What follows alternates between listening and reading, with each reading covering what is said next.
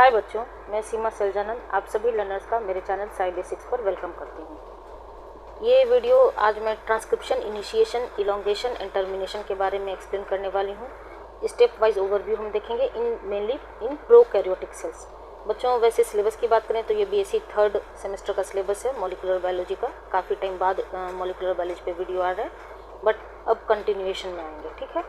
But आप किसी भी कॉलेज या यूनिवर्सिटी से बिलोंग करते हो और आपके सिलेबस में अगर ट्रांसक्रिप्शन अच्छे से पढ़ना है तो आप यहाँ से कॉन्सेप्ट गेन कर सकते हैं, ठीक है। कॉन्सेप्ट हमेशा सेम ही होता है। किसी कॉलेज यूनिवर्सिटी का सिलेबस डिफरेंट होता है, किसी के एग्ज़ाम में क्वेश्चन पूछने का तरीका डिफरेंट होता है, ठीक है। तो बहुत ध्यान से सुनिएगा। वैसे तो पहले डीएनए रेप्लिकेशन देना चाहिए, उसके बाद ट्रांसक्रिप्शन सिलेबस में होना चाहिए, बट डीएनए रेप्लिकेशन नहीं है आपके सिलेबस में। बीएससी फर्स्ट ईयर में ही थोड़ा बहुत डीएनए के बारे में पढ़ना है, एज सच रेप्लिकेशन करके टॉपिक नहीं है। तो हो सकता है कि थोड़ी परेशानी आपको समझने में हो, बट मैंने कोशिश की है कि बहुत ही बेसिक लेवल से आपको समझाने की इस वीडियो में पूरी कोशिश रहेगी मेरी, विथ डायग्राम। तो आप ध्यान से सुनिएगा तो कोई दिक्कत नहीं होगी, ठीक है। मुझे पता है बच्चों, बीएससी वाले बच्चों का लेवल अलग होता है, एमएससी वालों का अलग होता है, और जो बच्चे किसी भी कंपटीशन का प्रिपरेशन करते हैं उनका लेवल अलग होता है। तो जिन जिन बच्चों के लिए मैं पढ़ाती हूँ उनके लेवल के अकॉर्डिंग मैं कंटेंट तैयार करती हूँ और एक्सप्लेन करने की भी कोशिश करती हूँ। तो अगर ध्यान से आप सुनिएगा, समझिएगा तो आपको कहीं कोई परेशानी नहीं आएगी। आइए स्टार्ट करते हैं ट्रांसक्रिप्शन। तो ट्रांसक्रिप्शन प्रोसेस क्या होता है, इससे पहले इसी प्लेलिस्ट में, जब बीएससी थर्ड सेमेस्टर का प्लेलिस्ट आप सर्च करिएगा तो ऑलरेडी मैंने fine structure of gene 2 part में बहुत अच्छे से एक्सप्लेन किया है। आरएनए पॉलीमरेज के बारे में बताया है, ट्रांसक्रिप्शन फैक्टर के बारे में बताया है, और फॉर्मेशन ऑफ इनिशिएशन कॉम्प्लेक्स के बारे में बहुत अच्छे से डिटेल हमने देखा है। और जहाँ जहाँ नीड थी वहाँ मैंने 1-1 मिनट का शॉर्ट्स भी अपलोड कर दिया फॉर रिवीजन पर्पसेस। तो आप अगर कंटिन्यूएशन में सारी वीडियोस देखेंगे तो आपको और अच्छे से कॉन्सेप्ट गेन रहेगा। तो मैं आपको रिकमेंड करूँगी कि आप कंटिन्यूएशन में ही वीडियो सुना कीजिए। अगर पहले वाले वीडियोस अच्छे से समझ चुके हैं तो सो मच सो गुड, अगर नहीं सुने हैं तो एक बार ज़रूर सुन लीजिएगा, ठीक है। तो ट्रांसक्रिप्शन प्रोसेस क्या होता है, तो डीएनए से आरएनए बनने के प्रोसेस को ही ट्रांसक्रिप्शन करते हैं, और आरएनए से प्रोटीन बनने के प्रोसेस को क्या कहते हैं, ट्रांसलेशन करते हैं। तो सबसे पहले फर्स्ट स्लाइड में हम देखेंगे बेसिक स्टेप क्या क्या होते हैं। तो ट्रांसक्रिप्शन में चाहे वो डीएनए रेप्लिकेशन हो या ट्रांसक्रिप्शन हो या ट्रांसलेशन, जिसे हम प्रोटीन सिंथेसिस के नाम से भी जानते हैं, 3 स्टेप मेनली देखा गया, इनिशिएशन, इलोंगेशन एंड टर्मिनेशन, जिसमें 2 स्टेप जो इनिशिएशन और टर्मिनेशन ज़्यादा इंपॉर्टेंट होता है। इलोंगेशन में ज़्यादा कुछ नहीं होता है, बस आपको न्यूक्लियोटाइड ऐड करने के प्रोसेस को ही इलोंगेशन करते हैं। तो initiation, elongation and termination step wise overview हम देखेंगे विथ हैंडमेड डायग्राम, और ऑनलाइन सोर्सेज से मैंने कुछ डायग्राम कलेक्ट किया है उसके थ्रू इन प्रोकैरियोटिक सेल्स। तो सबसे पहला प्रोसेस होगा इनिशिएशन। इनिशिएशन में क्या होगा, सबसे first step promoter recognition, then formation of closed binary complex, then formation of open binary complex, जिसे हम ट्रांसक्रिप्शन बबल फॉर्मेशन के नाम से भी जानते हैं, and then formation of open ternary complex, जिसमें हम एबॉर्टिव इनिशिएशन देखते हैं। दूसरा स्टेप हो जाता है इलोंगेशन, जिसमें promoter clearance and release of sigma factor देखेंगे। 1 बाय 1 मैं अच्छे से डायग्राम के थ्रू बहुत अच्छे से एक्सप्लेन करने वाली हूँ, तो आप एंड तक बने रहिएगा। और लास्ट स्टेप टर्मिनेशन, जिसमें release of RNA polymerase and core enzyme होता है, and then RNA polymerase recycle for reinitiation होता है। ये एक बेसिक ओवरव्यू है, ठीक है। सबसे पहला स्टेप, जैसे मैं स्टोरी के फॉर्म में आपको समझाऊंगी उसी तरह समझिएगा। सपोज कीजिए ये एक सेल है, ये आपका एक सेल है, ठीक है। ये सेल समझिए कि एक मार्केट कॉम्प्लेक्स है, जहाँ एक नहीं बहुत सारे सिग्मा सब यूनिट। अब ये सिग्मा सब यूनिट क्या होता है, और आरएनए कोर एंजाइम में alpha, alpha dash, beta, beta dash और ओमेगा क्या होता है, इसके लिए आप आरएनए पॉलीमरेज वाला वीडियो अच्छे से डिटेल सुनिएगा। तो उस मार्केट कॉम्प्लेक्स में बहुत सारे सिग्मा फैक्टर घूम रहे होते हैं और आरएनए पॉलीमरेज कोर एंजाइम के फॉर्म में घूम रहे होते हैं। अब इस सेल को सिग्नल आता है कि हाँ आपको कुछ फंक्शन परफॉर्म करना है, उसके लिए इस प्रोटीन की नीड है। उस प्रोटीन को बनाने के लिए सबसे पहले क्या करना पड़ता है, एमआरएनए बनाएंगे, और वो एमआरएनए कहाँ से बनेगा, तो डीएनए से बनेगा। तो इस सिग्मा सब यूनिट जो होता है वो स्पेसिफिक होता है हर एक फंक्शन के लिए। जिस फंक्शन को परफॉर्म करना होता है उसका सिग्मा सब यूनिट अलग अलग होता है। किसी के लिए सिग्मा 70 रिस्पॉन्सिबल होता है, किसी के लिए सिग्मा 32 होता है, किसी के लिए और भी कुछ होता है। तो सब हर एक फंक्शन के लिए सिग्मा सब यूनिट अलग अलग स्पेसिफिक होता है। तो यहाँ मैं एक कॉमन सिग्मा सब यूनिट मैंने लिया है। तो जैसे कि आप समझिए ये मार्केट कॉम्प्लेक्स है या फिर एक सेल है, जिसमें आपको ये क्या दिख रहा है, ये है आपका डीएनए। डीएनए में ही प्रमोटर रीजन होता है, प्रमोटर में ये है आपका -10 और -35 रीजन। ये माइनस क्यों लिखाया है, तो फाइन स्ट्रक्चर ऑफ जीन में मैंने बहुत अच्छे से बताया है कि स्टार्ट साइड से अगर लेफ्ट साइड आप मूव करेंगे इस साइड, तो वो होता है आपका अप स्ट्रीम, और जब अप स्ट्रीम रीजन होता है तो वो माइनस से डिनोट होता है। सपोज कीजिए ये है आपका स्टार्ट साइड, और जब स्टार्ट साइड के राइट साइड मूव करिएगा तो वो होता है डाउन स्ट्रीम, और डाउन स्ट्रीम प्लस साइन से डिनोट होता है। अभी आप इतना समझिए ताकि आपको बिल्कुल भी कन्फ्यूज़न ना हो। तो ये है आपका डबल हेलिक्स के फॉर्म में होता है, बट मैंने लीनियर आपको समझाने के लिए हाइपोथेटिकल ये डायग्राम बनाया है ताकि आप बहुत अच्छे से समझ सके और कॉन्सेप्ट भी गेन कर सके। ये है क्या आपका, ये है आपका डीएनए, ठीक है, और ये है आपका क्या, प्रमोटर वाला रीजन। प्रमोटर ये है -10 रीजन, ये है -35 रीजन, और डीएनए चूँकि डबल स्टैंडर्ड होता है, कॉम्प्लीमेंट्री होता है, तो ये 5 प्राइम टू 3 प्राइम और इसके complementary 3 prime to 5 prime region है। ये एक सेल में डीएनए होता है। उसके बाद फिर एक नहीं बहुत सारे आरएनए पॉलीमरेज होते हैं जिसे हम कोर एंजाइम कहते हैं। क्यों कहते हैं, क्योंकि कोर एंजाइम इसलिए कहते हैं क्योंकि अभी ये 4 सब यूनिट का बना है, alpha, alpha dash, beta, beta dash and omega, और सिग्मा सब यूनिट बताया मैंने, हर एक फंक्शन के लिए अलग अलग सिग्मा सब यूनिट होता है।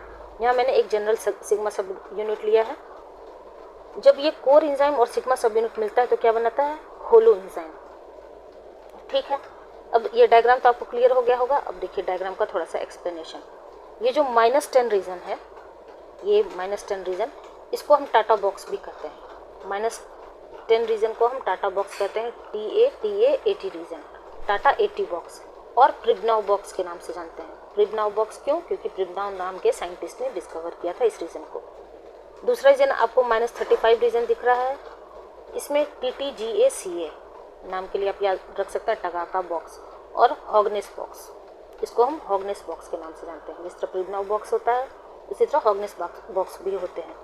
जो प्रिबनाउ बॉक्स है वो -10 रीजन होता है जिसमें टाटा 80 रीजन होता है, और हॉगनेस बॉक्स में TTGACA रीजन होता है। सबसे फर्स्ट स्टेप क्या है, सबसे फर्स्ट स्टेप है आपका प्रमोटर रिकॉग्निशन।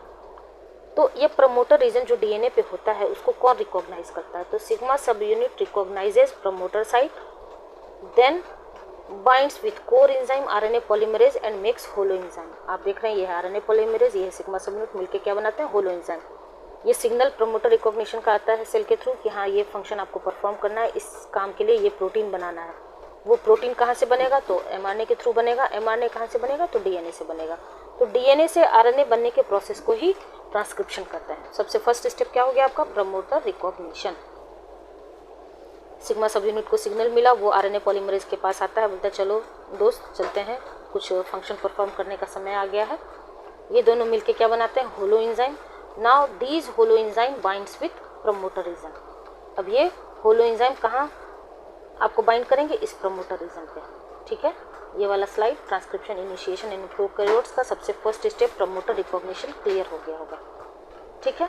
अब देखिए दूसरा step, formation of closed binary complex. ध्यान से सुनिएगा, आपको सब कुछ समझ में आएगा। अब ये आरएनए पॉलीमरेज कोर एंजाइम और ये सब यूनिट मिलके क्या बनाया, होलो एंजाइम। ये दोनों मिलके कहाँ बाइंड किया है, तो ये है आपका यहाँ से यहाँ तक -10 और -35 रीजन के पास, प्रमोटर रीजन के पास आके बाइंड करता है। तो ये बाइंड करने के बाद क्या करता है, formation of closed binary complex बनाता है। क्लोज्ड एंड बाइनरी ये दो टर्म आया, इन दोनों टर्म से आप क्या समझते हैं। क्लोज्ड कॉम्प्लेक्स क्यों कहेंगे, क्योंकि अभी मेल्टिंग स्टार्ट नहीं हुई है, डीएनए की melting, since melting of DNA is not start yet, अभी डीएनए की मेल्टिंग स्टार्ट नहीं हुई। अब आप देख रहे हैं ये क्लोज्ड है। और बाइनरी कॉम्प्लेक्स क्यों, क्योंकि आपको यहाँ पर DNA and RNA polymerase 2 components are present here. आपको यहाँ पर डायग्राम में देख रहे हैं, यहाँ 2 कंपोनेंट आपको नजर आ रहा है। कौन कौन सा, ये है आपका डीएनए और ये है आरएनए पॉलीमरेज। ये 2 कंपोनेंट यहाँ प्रेजेंट है। अभी डीएनए ओपन नहीं हुआ है, अभी डीएनए मेल्ट करना स्टार्ट नहीं हुआ है, इस वजह से हम क्या कहेंगे, क्लोज्ड कॉम्प्लेक्स कहेंगे। और चूंकि 2 कंपोनेंट प्रेजेंट है इस वजह से क्या कहेंगे, बाइनरी कॉम्प्लेक्स कहेंगे। तो सेकंड स्टेप क्या होता है आपका, formation of closed binary complex. पहला प्रमोटर रिकॉग्निशन, दूसरा formation of closed binary complex. Clear है। अब आइए थर्ड स्टेप। थर्ड स्टेप में क्या होता है, थर्ड स्टेप में होता है आपका formation of open binary complex और ट्रांसक्रिप्शन बबल फॉर्मेशन। अब देखिए यहाँ से जो -10 वाला रीजन है, आपको पता है ये, अब मैंने पहले ही बताया प्रिबनाउ बॉक्स के नाम से जाना जाता है और टाटा 80 रीजन होता है। और आपको पता है एडेनिन और थाइमिन के बीच में डबल बॉन्ड होता है और साइटोसिन और गुआनिन के बीच में ट्रिपल बॉन्ड होता है। तो जो डबल बॉन्ड वाला स्पेस होता है उसको मेल्ट करना ज़्यादा आसान होता है। तो मेल्टिंग यहीं से -10 रीजन से स्टार्ट होता है। तो melting starts at -10 region, TATA 80 region, since this is 80 rich region, क्योंकि ये 80 रिच रीजन होता है। Now DNA is open. अब डीएनए धीरे धीरे मेल्ट जब होता है तो ओपन होना स्टार्ट करता है। Still only 2 components are present, that is DNA. अभी भी यहाँ पर डीएनए और आरएनए पॉलीमरेज यही 2 कंपोनेंट प्रेजेंट है। इस वजह से हम क्या कहेंगे, open binary complex. So formation of open binary complex. DNA melt हो चुका है, ओपन हो चुका है और 2 कंपोनेंट का ही बना होता है, इस वजह से ओपन बाइनरी कॉम्प्लेक्स कहेंगे। उसके बाद आपको एक टर्म और लिखा है, ट्रांसक्रिप्शन बबल फॉर्मेशन। तो बबल क्यों लिखेंगे, तो जब डीएनए मेल्ट होता है, यहाँ से देखिए ये डीएनए मेल्ट होता है तो ये बबल लाइक स्ट्रक्चर बना रहा है। यहाँ पर ये वाला स्ट्रक्चर आपको बबल लाइक दिख रहा है, इस वजह से क्या कहेंगे, ट्रांसक्रिप्शन बबल का भी फॉर्मेशन होता है। तो now transcription is started and after melting DNA makes a bubble like structure, so transcription bubble formation occurs. Third step में formation of open binary complex. Open क्यों, क्योंकि डीएनए मेल्ट हो चुका है और बबल लाइक फॉर्मेशन करता है, इस वजह से ट्रांसक्रिप्शन बबल फॉर्मेशन। और बाइनरी क्यों, क्योंकि अभी भी यहाँ पर 2 कंपोनेंट ही प्रेजेंट है। कौन कौन सा, डीएनए और आरएनए पॉलीमरेज। अब फोर्थ स्टेप में क्या है, formation of open ternary complex, जिसे हम एबॉर्टिव इनिशिएशन के नाम से भी जानते हैं। तो आरएनए पॉलीमरेज ऐड न्यूक्लियोटाइड्स। ये आरएनए पॉलीमरेज का काम क्या है, आरएनए पॉलीमरेज का काम ही है आपको न्यूक्लियोटाइड ऐड करना। चूँकि आरएनए पॉलीमरेज है तो क्या ये ऐड करेगा, तो आरएनटीपीज ऐड करेंगे। अगर डीएनए पॉलीमरेज होता तो क्या ऐड करता, डीएनटीपीज ऐड करता, तो न्यूक्लियोटाइड ट्राइफॉस्फेट के फॉर्म में। तो आरएनए पॉलीमरेज का स्ट्रक्चर कुछ ऐसा होता है जो फर्स्ट न्यूक्लियोटाइड ट्राइफॉस्फेट के फॉर्म में ऐड करता है, उसके बाद मोनोफॉस्फेट के फॉर्म में लेता है। तो यहाँ आप देख रहे हैं ये है आपका 3 प्राइम रीजन, यहाँ से आपको न्यूक्लियोटाइड ऐड होते चले जाते हैं और इस तरह से आपका एमआरएनए बनना शुरू हो जाता है। But RNA polymerase add nucleotides, that is RNTPs, in 5' to 3' direction. But short nucleotide, approx 3 to 4 nucleotide, cannot elongate chain efficiently since it is unstable DNA and RNA hybrid. इस लाइन का मतलब क्या हुआ, आप देख रहे हैं यहाँ पर अभी 3 या 4 न्यूक्लियोटाइड ही ऐड हुए हैं। तो केवल 3 या 4 न्यूक्लियोटाइड ही स्टेबल आपको विथ स्टेबिलिटी के साथ नहीं ऐड हो सकते हैं, कम से कम 12-14 न्यूक्लियोटाइड ऐड होना चाहिए। तो ये जो शॉर्ट न्यूक्लियोटाइड होता है वो नहीं इलोंगेट कर पाता है एमआरएनए चेन को। Short nucleotide can not elongate chain efficiently since it is unstable DNA RNA hybrid. DNA RNA hybrid क्यों बोले, क्योंकि ये ग्रीन वाला स्ट्रक्चर आपका डीएनए है और ये आपको आरएनए यहाँ से बनता जा रहा है। तो ये वाला स्ट्रक्चर क्या हो गया आपका, डीएनए आरएनए हाइब्रिड। तो यहाँ पर 3 और 4 न्यूक्लियोटाइड जब ऐड होते हैं तो इसी को हम क्या कहते हैं, एबॉर्टिव इनिशिएशन अकर्स। ये स्ट्रक्चर एबॉर्ट हो जाता है, ठीक है, इस वजह से क्या कहते हैं, abortive initiation. When RNA polymerase adds 13 to 14 RNTPs, then stable initiation occurs and makes open ternary complex. अभी तक हमने क्या देखा, बाइनरी देखा, अब यहाँ पर आ गया ओपन तो है ही, चूँकि यहाँ डीएनए ओपन हो चुका है, मेल्ट हो चुका है।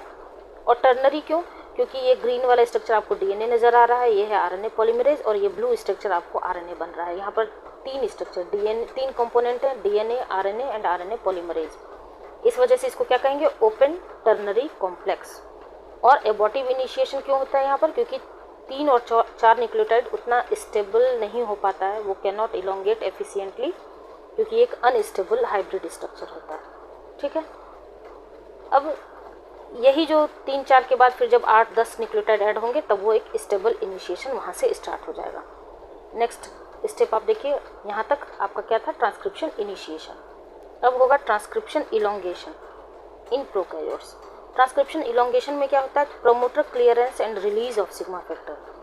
मीन्स ये जो सिग्मा फैक्टर आपको ऊपर दिख रहा था आरएनए पॉलीमरेज के साथ अटैच्ड, वो अब क्या होगा, सिग्मा फैक्टर रिलीज हो जाएंगे और आरएनए पॉलीमरेज अब 3-4 के बजाय बहुत सारे न्यूक्लियोटाइड आरएनटीपीज ऐड करते हुए एमआरएनए इस तरह से बनाते हुए चले जाते हैं। और जैसे ही सिग्मा फैक्टर रिलीज होता है तो वहाँ पर एक और जीन आके ऐड हो जाता है जो कि इलोंगेशन में हेल्प करता है, जिससे हम क्या जानते हैं, नस ए जीन के नाम से जानते हैं। यहाँ पर नस ए जीन ऐड हो जाता है।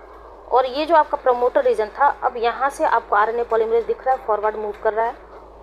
यहाँ पहले प्रमोटर रीजन कहाँ था, पहले आपका प्रमोटर रीजन यहाँ था, अब आपका आरएनए पॉलीमरेज उस प्रमोटर रीजन को छोड़ के आगे की ओर फॉरवर्ड मूव कर चुका है। इसी वजह से क्या कहेंगे, promoter clearance. And release of sigma factor आपने देखा ही। तो आफ्टर स्टेबल इनिशिएशन, जब स्टेबल इनिशिएशन हो जाता है, after stable initiation RNA chain elongate, now sigma factor releases, RNA polymerase contraction occurs, अब आरएनए पॉलीमरेज थोड़ा कॉन्ट्रैक्ट हो जाता है, तब प्रमोटर रीजन को छोड़ के आगे की ओर बढ़ जाता है, तो promoter clearance followed by elongation होता है। Then sigma factor dissociation is replaced by NUS-A gene which helps in elongation. Mainly आपने देखा बच्चों ये first, second, third, fourth step आपका इनिशिएशन का था, और इलोंगेशन में ज़्यादा कुछ नहीं होता है, सिर्फ चेन का इलोंगेशन होता है। अगर डीएनए पॉलीमरेज ऐड कर रहा है DNTPs, तो डीएनए रेप्लिकेशन का वो प्रोसेस इलोंगेशन का प्रोसेस कहलाता है, और अगर आरएनए पॉलीमरेज ऐड कर रहा है RNTPs, तो वो ट्रांसक्रिप्शन का प्रोसेस कहलाता है, ट्रांसक्रिप्शन इलोंगेशन का प्रोसेस। ये एक मैंने ओवरव्यू आपको बताने की कोशिश की है। और लास्ट स्टेप क्या होता है? Transcription termination in prokaryotes. तो अब ट्रांसक्रिप्शन टर्मिनेट में क्या होगा, यहाँ देख रहे हैं आप, mRNA अलग हो गया, आरएनए पॉलीमरेज अलग हो गया, NUS-A जीन अलग हो गया, अब प्रमोटर रीजन खाली है, फिर से यहाँ पर आपको दूसरा आरएनए पॉलीमरेज ऐड होके आगे की ओर चेन इलोंगेट करते हुए दूसरा mRNA बना सकता है। ऐसा नहीं है कि एक डीएनए पे एक ही mRNA बनेगा, एक डीएनए बहुत सारे आरएनए को बना सकता है। तो इस वजह से transcription is terminated, NUS-A gene dissociates, RNA polymerase recycled. अब फिर से ये आरएनए पॉलीमरेज, ऐसा तो नहीं है सेल के पास एक ही काम तो नहीं है, बहुत सारे फंक्शन परफॉर्म होते हैं, बहुत सारे प्रोटीन को बनना होता है। फिर से सिग्मा फैक्टर को जब सिग्नल आता है कि हाँ ये प्रोटीन बनाना है, तो फिर से आरएनए पॉलीमरेज जो कोर एंजाइम के फॉर्म में होता है और सिग्मा फैक्टर ऐड होकर ट्रांसक्रिप्शन री इनिशिएट करता है। ठीक है, ये एक ओवरव्यू हो गया आपका transcription initiation, elongation and termination. ये तो मैंने आपको हैंडमेड डायग्राम से आपको समझाने की कोशिश की है। यहाँ देखिए, जब आप यहाँ तक अच्छे से समझ गए होंगे, यहाँ देखिए ये डीएनए डबल हेलिक्स के फॉर्म में, ये है आपका सिग्मा फैक्टर, यहाँ पर क्या है, ये है प्रमोटर रीजन, येलो वाला जो दिख रहा है, यहाँ पर RNA polymerase with sigma factor आके ऐड हुआ है, ये आपका इनिशिएशन है। उसके बाद देखिए यहाँ से आपको दिख रहा है ये वाला स्ट्रक्चर, येलो वाला, यहाँ से mRNA बनना शुरू हो गया है इलोंगेशन प्रोसेस में, अब सिग्मा फैक्टर रिलीज हो जाता है। और लास्ट स्टेप जहाँ आपका टर्मिनेशन है, टर्मिनेशन में ये आप देख रहे हैं, ये हो गया आरएनए, ये हो गया rho factor. Rho factor termination में काम करता है। अगर आपको और डिटेल चाहिए ट्रांसक्रिप्शन टर्मिनेशन इन प्रोकैरियोट्स, तो मैं डिटेल वीडियो भी बना दूंगी। तो यहाँ पर रो फैक्टर आते हैं, तब इनको पता चल जाता है यहाँ अब हमारा काम खत्म हो गया, अब हमें टर्मिनेट होना है, तो आरएनए पॉलीमरेज रो फैक्टर के साथ अलग हो जाता है, और ये हो गया टर्मिनेशन प्रोसेस। एक और डायग्राम आप देखिए ये वाला, ये है आपका इनिशिएशन प्रोसेस। यहाँ आपको ट्रांसक्रिप्शन बबल का फॉर्मेशन दिख रहा है, ये इनिशिएशन साइट, जैसा कि मैंने आपको +1 साइट बताया, ये है सिग्मा फैक्टर। उसके बाद binding of RNA polymerase and local unwinding of DNA. उसके बाद नेक्स्ट स्टेप आइए इलोंगेशन। इलोंगेशन में मैंने आपको बताया कि ज़्यादा कुछ नहीं होता है, सिर्फ न्यूक्लियोटाइड ऐड होते हैं। तो आरएनए पॉलीमरेज है, तो न्यूक्लियोटाइड्स यहाँ पर RNTPs, यहाँ बहुत सारे RNTPs आपको दिख रहे हैं। Nucleotides are added to the 3' end, 3' OH चाहिए ऐड करने के लिए end of growing RNA chain, और ये है डायरेक्शन ऑफ पॉलीमराइजेशन। आपको ये 5' to 3' डायरेक्शन में ऐड होता हुआ mRNA दिख रहा है। ये हो गया आपका इलोंगेशन। और डीएनए और आरएनए हाइब्रिड मैंने आपको बताया, ये ब्लू वाला रीजन आपको डीएनए है, ये येलो वाला रीजन आपको आरएनए है। ये डीएनए आरएनए हाइब्रिड स्ट्रक्चर बनाता है। अब the newly synthesised RNA strand को रिलीज होने का समय आ गया, तो उसको क्या कहेंगे, टर्मिनेशन। कैसे पता चलता है, तो रो फैक्टर एक परफॉर्म करता है टर्मिनेशन में, dissociation of RNA polymerase on binding of rho factor. जब रो फैक्टर आरएनए पॉलीमरेज के साथ बाइंड करके कहता है कि अब आपका mRNA बनाने का काम खत्म हुआ, आप टर्मिनेट करिए, तो आरएनए का ट्रांसक्रिप्शन एंड हो जाता है। ये आपका बुकिश डायग्राम भी हो गया, और मैंने सेल्फ मेड डायग्राम से बहुत अच्छे से स्टेप वाइज आपको समझाने की कोशिश की है। ये मेनली प्रोकैरियोट के बारे में हो गया। अगर एक full length question long answer बन के आए, transcription initiation, elongation and termination in prokaryotes, तो अच्छे से आप सारे डायग्राम के साथ, बहुत ही सिंपल डायग्राम मैंने बताने की कोशिश की है, एक्सप्लेन कर सकते हैं। और केवल इनिशिएशन है, ट्रांसक्रिप्शन इनिशिएशन इन प्रोकैरियोट्स, तभी आप बहुत अच्छे से एक्सप्लेन कर सकते हैं। 4 स्टेप हमने देखा, कौन कौन सा, promoter recognition, formation of closed binary complex, formation of open binary complex and formation of open ternary complex. अच्छे से चारों स्टेप को एक्सप्लेन करिएगा। और टर्मिनेशन अगर अलग से शॉर्ट नोट्स आपको चाहिए, तो मैं अलग से अपलोड कर दूँगी video, termination of transcription in prokaryotes के फॉर्म में। ठीक है, तो बच्चों ये वीडियोज़, ये कंटेंट आपको टेलीग्राम चैनल पे मिल जाएगा, साइबेसिक्स के नाम से है, साइबेसिक्स जूलॉजी के नाम से। उसका लिंक मैं डिस्क्रिप्शन बॉक्स में दे दूँगी, वहाँ से आपको नोट्स भी मिल जाएंगे। तो बच्चों ये वीडियोस ये कंटेंट कहीं से भी आपके लिए हेल्पफुल हो तो लाइक शेयर एंड सब्सक्राइब जरूर करिएगा, और कुछ भी फीडबैक देना हो तो कमेंट सेक्शन में जरूर बताइएगा। ठीक है, मिलते हैं नेक्स्ट वीडियो में, तब तक के लिए थैंक यू।